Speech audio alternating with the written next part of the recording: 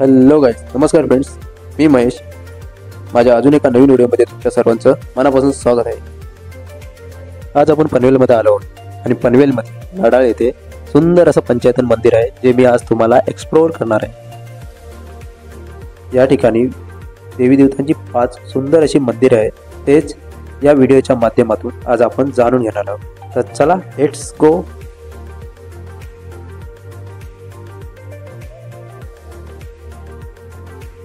तर मंडळी, आज पुन्हा एकदा या व्हिडिओच्या माध्यमातून अजून एका नवीन ठिकाणी आणि खूप कमी लोकांना माहीत असलेल्या या मंदिरात आपण आज विजिट केले.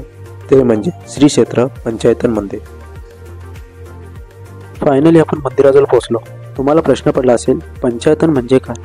चला तर मग जाणून घेऊया पंचायतन मंदिराबद्दल. तर पंचायतन म्हणजे 5 देवांचा समूह. पूर्वी प्रत्येक जमातीमध्ये आपापल्या आराध्य दैवताला मानत असत.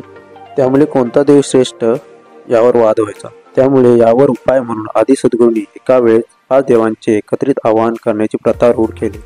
त्यामुळे प्रत्येकाला आपापल्या देवाचे दर्शन घेणे सोपे झाले आणि श्रेष्ठत्वाचे आव्हान सुद्धा संपुष्टात आले. मंदिराच्या आतमध्ये एंट्री केल्यानंतर प्रथम आपल्याला शिर्डीचे साईबाबा यांचे दर्शन झाले.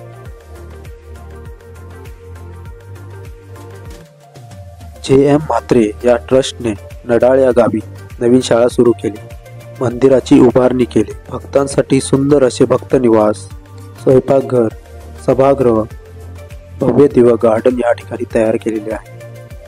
त्याच्या बाजूलाच मॅरेज हॉल. तेथील नवीन बांधकाम, मंदिराची रचना, तेथील शिल्पकला ऐतिहासिक परंपरेची आठवण करून देते. पुढे गेल्यानंतर मयुरेश्वर गणेश मंदिराचे दर्शन घेतले. त्याच्या बाजूलाच हनुमानाची सुंदर अशी मूर्ती होती, पण नव्याने काम चालू असल्यामुळे तिथे आम्हाला एंट्री करू दिलं नाही. बाहेरूनच दर्शन घेऊन आम्ही पुढे निघालो. पुढे नडाळेश्वर महादेवाचं सुंदर असं मंदिर होतं. मंदिराच्या आतमध्ये जाऊन जवळून आम्हाला दर्शन घेण्याची संधी प्राप्त झाली. महादेवाची सुंदर अशी मूर्ती पाहून मनाला प्रसन्न वाटले.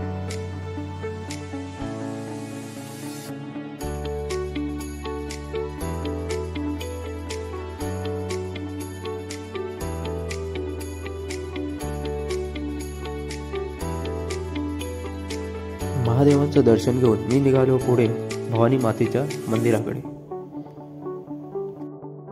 तर अशा प्रकारे मला 5ही मंदिराचे दर्शन जवळून घेण्याची संधी भेटली. तर तुम्ही इकडे आलात तर नक्की या मंदिराला भेट द्या. भवानी मातेच्या मंदिरामध्ये मी एंट्री केली. मला जवळून दर्शन घ्यायचे होते, त्यासाठी मी काही वेळ वाट बघितली, कारण की मंदिराच्या आतमध्ये भाविकांची गर्दी होती. तर मी थोडा वेळ वाट बघितली. तर मग सर्व भाविकांबरोबर मीही भवानी मातेचे जवळून दर्शन घेतले.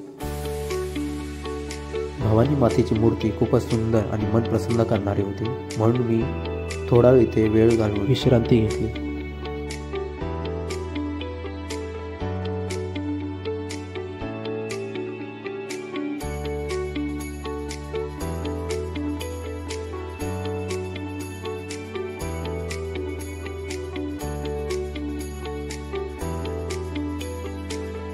मंदिराच्या आजूबाजूचा परिसर हिरवागार असा निसर्गरम्य होता.